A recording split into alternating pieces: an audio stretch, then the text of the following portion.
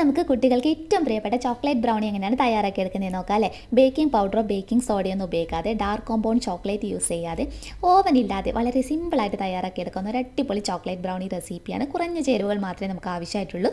അപ്പോൾ ഇന്നത്തെ റെസിപ്പി ഇഷ്ടപ്പെടുവാണെങ്കിൽ മാത്രം ലൈക്ക് ചെയ്യുക. ചാനൽ ആരെങ്കിലും പുതിയതായിട്ട് കാണുവാണെങ്കിൽ ഒന്ന് സബ്സ്ക്രൈബ് ചെയ്തിട്ട് ആ ബെല്ലൈക്കണിൽ കൂടി ക്ലിക്ക് ചെയ്യണം കേട്ടോ. അപ്പോൾ പെട്ടെന്ന് തന്നെ ഇതെങ്ങനെയാണ് തയ്യാറാക്കിയെടുക്കുന്നത് എന്നുള്ളത് നോക്കാം.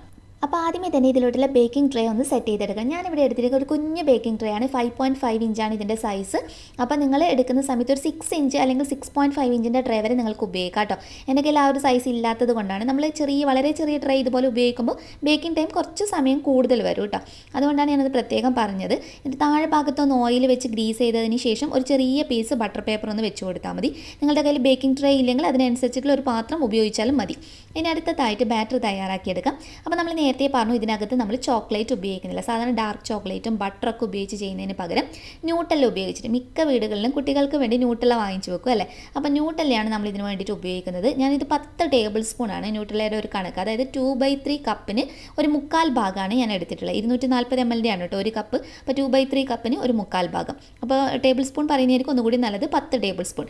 ഇതിലോട്ടേക്ക് ഒരു മുട്ട പൊട്ടിച്ചൊഴിക്കുകയാണ്. മുട്ട ഒഴിക്കുന്ന സമയത്ത് റൂം ടെമ്പറേച്ചറിലെ മുട്ട വേണം ഒഴിച്ചു കൊടുക്കാൻ വേണ്ടിയിട്ട്. അതായത് നമ്മൾ ഫ്രിഡ്ജിൽ നിന്ന് ഡയറക്റ്റ് എടുത്തിട്ട് ഉപയോഗിക്കരുത്.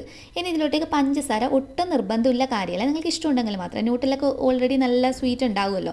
ഞാനിപ്പോൾ അതുകൊണ്ട് ബ്രൗൺ ഷുഗർ ഒരു 3 ടേബിൾ സ്പൂൺ പൊടിച്ചതിന് ശേഷമാണ് ചേർത്ത് കൊടുത്തിട്ടുള്ളത്.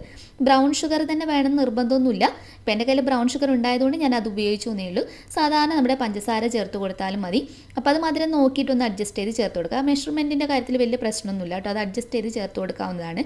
നന്നായിട്ട് മിക്സ് ചെയ്ത് കൊടുക്കണം. അതായത് ആ ന്യൂട്ടല്ലയുടെ ആ ഒരു അതൊരു തിക്കായിട്ടല്ലേ ഉണ്ടാവുക. അത് നന്നായിട്ട് യോജിച്ചിട്ട് മുട്ടയായി ചേർത്തിട്ട് ഈ ഒരു പാകത്തിന് നമുക്ക് ബാറ്റർ കിട്ടണം. അതിനുശേഷമാണ് നമ്മൾ ഇതിനകത്തോട്ട് മൈദ ചേർത്ത് കൊടുക്കുന്നത്. മൈദയുടെ അളവ് എന്ന് പറയുന്നത് 3 ടേബിൾ സ്പൂണാണ്. 3 ടേബിൾ സ്പൂണിൽ കൂടുതൽ നിങ്ങൾ ഇതിനകത്ത് ഉപയോഗിക്കരുത് കേട്ടോ. ഇതിൽ ഈ ഒരു മൈദ ചേർക്കുന്നതും അതുപോലെ തന്നെ ചോക്ലേറ്റ് നമ്മൾ ആദ്യം ചേർത്ത ആ ഒരു ന്യൂട്ടല്ലയുടെ അളവും പ്രത്യേകം ശ്രദ്ധിക്കാനുള്ളതാണ്. അപ്പോൾ ഒരു 3 ടേബിൾ സ്പൂൺ മൈദയും 1 ടേബിൾ സ്പൂൺ അളവിൽ കൊക്കോ പൗഡറിൻ്റെ അളവ് നമുക്ക് കൂടുതൽ വേണ്ട. ഒരു 2 പിഞ്ച് മാത്രം ഉപ്പ്, ഒന്ന് മധുരം ബാലൻസ് ചെയ്യാൻ വേണ്ടിയിട്ട്. പിന്നെ ഒരു ഇത്തിരി വാനില എസൻസ്. ഇനി വാനില എസൻസ് കയ്യിലില്ലെങ്കിലും കുഴപ്പമില്ല, ഇത് നിങ്ങൾക്ക് സ്കിപ്പ് ചെയ്യാവുന്നതാണ്. അതുപോലെ നിങ്ങൾക്ക് കോഫീൻ്റെ ടേസ്റ്റ് ഇഷ്ടമാണ് ഒരു ഇത്തിരി കോഫി പൗഡർ ചൂടുവെള്ളത്തിൽ മിക്സ് ചെയ്തിട്ട് അതുകൂടി ചേർത്ത് കൊടുക്കുക. അതൊക്കെ ഇതിന് നമ്മൾ ഡിഫറെൻ്റ് ആയിട്ട് ഫ്ലേവർ കിട്ടാൻ വേണ്ടി ഉപയോഗിക്കുന്നതാണ്. അപ്പോൾ നന്നായിട്ട് ഞാനിതൊന്ന് മിക്സ് ചെയ്ത് യോജിപ്പിച്ചെടുക്കുകയാണ്. ഇതിനകത്ത് നമ്മൾ എക്സ്ട്രാ പാലോ വെള്ളമോ കാര്യങ്ങളോ ഒന്നും ചേർക്കേണ്ട. ഇതൊരു കറക്റ്റ് മെഷർമെൻറ്റാണ്. ഈ മെഷർമെൻറ്റ്സ് ഒക്കെ ഞാൻ ഡിസ്ക്രിപ്ഷൻ ബോക്സിനകത്ത് കൊടുക്കട്ടെ. എന്തെങ്കിലും ഡൗട്ട് ഉണ്ടെങ്കിൽ താഴെ ഒന്ന് കമൻറ്റ് ചെയ്താൽ മതി. നമ്മുടെ ബാറ്ററിൻ്റെ ഒരു പാകം കണ്ടില്ല, ഈ ഒരു കൺസിസ്റ്റൻസിയിൽ വേണം നമുക്ക് കിട്ടാൻ വേണ്ടിയിട്ട്. ബാറ്റർ ഒത്തിരി ടൈറ്റായി തോന്നുന്നുണ്ടെങ്കിൽ മാത്രം ഒരു ടേബിൾ സ്പൂൺ എങ്ങാണ്ട് പാല് ചേർത്ത് കൊടുക്കുക. അപ്പോൾ നമ്മുടെ ബാറ്റർ റെഡി ആയത് നമുക്ക് ഈ ബേക്കിംഗ് ട്രേക്കകത്തോട്ടേക്ക് ഒഴിച്ചു കൊടുക്കാം. അപ്പോൾ ഈ ഒരു ബേക്കിംഗ് ട്രേനേക്കാളും ശരിക്കും ഞാൻ പറഞ്ഞില്ലേ 6 ഇഞ്ചൊക്കെ ആണെങ്കിൽ കുറച്ചുകൂടി ഒരു തിന്നായിട്ടായിരിക്കും നമുക്ക് കിട്ടുക. കുറച്ചും കൂടി കനം കുറഞ്ഞിട്ടായിരിക്കും കിട്ടുക. അപ്പോൾ എയർ ബബിൾസ് ഒന്ന് ഞാൻ ഇതുപോലെ കളഞ്ഞെടുത്തിട്ടുണ്ട്. അതുപോലെ തറയിൽ വെച്ചിട്ട് ഒന്നുകൂടി ടാപ്പ് ചെയ്യുകയാണെങ്കിൽ ഒന്നുകൂടി നല്ലത്. ഇനി നമുക്കിത് ബേക്ക് ചെയ്തെടുക്കാം അല്ലേ. ഇപ്പോൾ ബേക്ക് ചെയ്തെടുക്കുന്നതിനായിട്ട് ഒരു പാത്രത്തിൻ്റെ താഴ്ഭാഗത്ത് ഒന്നുകിൽ ഉപ്പോ അതല്ലെങ്കിൽ മണലോ വെതറിയിട്ട് മുകൾ ഭാഗത്തായിട്ട് ഒരു സ്റ്റാൻഡോ അതല്ലെങ്കിൽ ചട്ടിയുടെ കടിയിൽ വെക്കുന്ന റിങ് വെച്ച് കൊടുക്കാം. അടക്കുന്ന അടപ്പിന് ഒന്നുകിൽ അലുമിനിയം ഫോയിൽ അല്ലെങ്കിൽ കോട്ടൺ തുണി വെച്ചിട്ട് ഒന്ന് കവർ ചെയ്യണം കേട്ടോ. അതല്ലെങ്കിൽ വെള്ളം വേണ്ടിയിട്ട് നമ്മുടെ ബ്രൗണിയൊക്കെ മൊത്തത്തിൽ അങ്ങ് ചീത്തയായി പോകും. അപ്പോൾ ഇനി ഒരു 5 മിനിറ്റ് നല്ലതുപോലെ ചൂടാക്കി എടുത്തതിന് ശേഷം ഹൈ ഫ്ലെയിമിലിട്ട് ചൂടാക്കി എടുത്തതിന് ശേഷം പാത്രത്തിനകത്തോട്ടേക്ക് നമ്മുടെ ബേക്കിംഗ് ട്രേ ഇറക്കി വെക്കണം. എന്നിട്ട് നമ്മൾ പെട്ടെന്ന് തന്നെ അടച്ചു വെക്കുക. എന്നിട്ട് ഫ്ലെയിം കുറയ്ക്കുക. ഫ്ലെയിം കുറച്ചതിന് ശേഷം ഇപ്പോൾ ഞാൻ പറഞ്ഞല്ലോ ഇത് കുഞ്ഞ് ബേക്കിംഗ് ട്രേ ആയതുകൊണ്ട് തന്നെ ഇത് ബേക്ക് ആവാൻ വേണ്ടിയിട്ട് ഒരു 35 മിനിറ്റ് എടുക്കും. എന്തായാലും 35 മിനിറ്റാണ് സാധാരണ എനിക്ക് ബേക്ക് ആകുമ്പോൾ കിട്ടുന്ന ബ്രൗണി ആകുമ്പോൾ റെഡിയാകാൻ എടുക്കുന്ന സമയം. അപ്പോൾ നിങ്ങൾ ഒരു 6 ഇഞ്ചിൻ്റെ ഒക്കെ ആണെങ്കിൽ ഒരു 20 മിനിറ്റിലൊക്കെ റെഡിയാവും. ഇനി ഓവനിലാണ് നിങ്ങളിത് ചെയ്യുന്നതെങ്കിൽ 175 ഡിഗ്രി സെൽഷ്യസിൽ 25 മിനിറ്റ്സ് ചെയ്താൽ മതി കേട്ടോ. കറക്റ്റായിട്ട് ബേക്കായി കിട്ടും. അപ്പോൾ ഇതിൻ്റെ മുകൾ ഭാഗത്ത് ആ ഒരു പോർഷനിൽ ചെറുതായിട്ട് ബേക്ക് ആകാതെ ഉണ്ടായിരുന്നു. അപ്പോൾ ഞാനൊരു 5 മിനിറ്റ് 30 മിനിറ്റിന് ശേഷം ഒരു 5 മിനിറ്റ് വെക്കുമ്പോഴത്തേക്കും പെർഫെക്റ്റായി കിട്ടിയിട്ടുണ്ട്. അപ്പോൾ ഇതൊന്ന് ചൂടാറട്ടെ.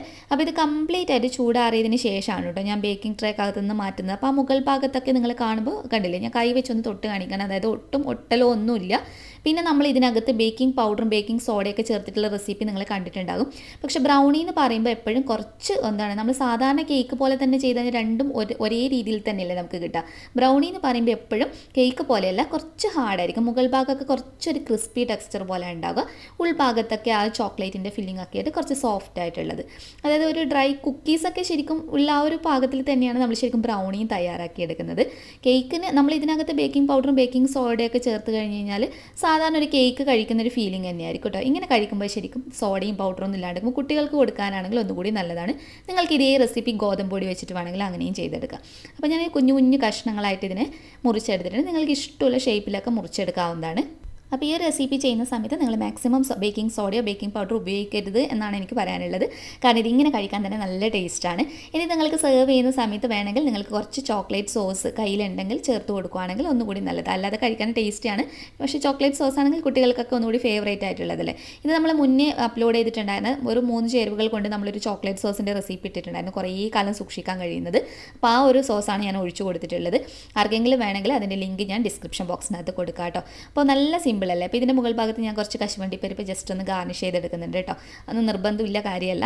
അപ്പോൾ എല്ലാവരും തീർച്ചയായിട്ടും ഒന്ന് ട്രൈ ചെയ്ത് നോക്കിയിട്ട് നിങ്ങളുടെ ഫീഡ്ബാക്ക് അറിയിക്കുമെന്ന് വിശ്വസിക്കുന്നു. നെക്സ്റ്റ് വീഡിയോയിൽ ഇനിയും നല്ലൊരു വെറൈറ്റി ഡിഷേ കാണാം. അതുവരെ ടേക്ക് കെയർ. Bye bye.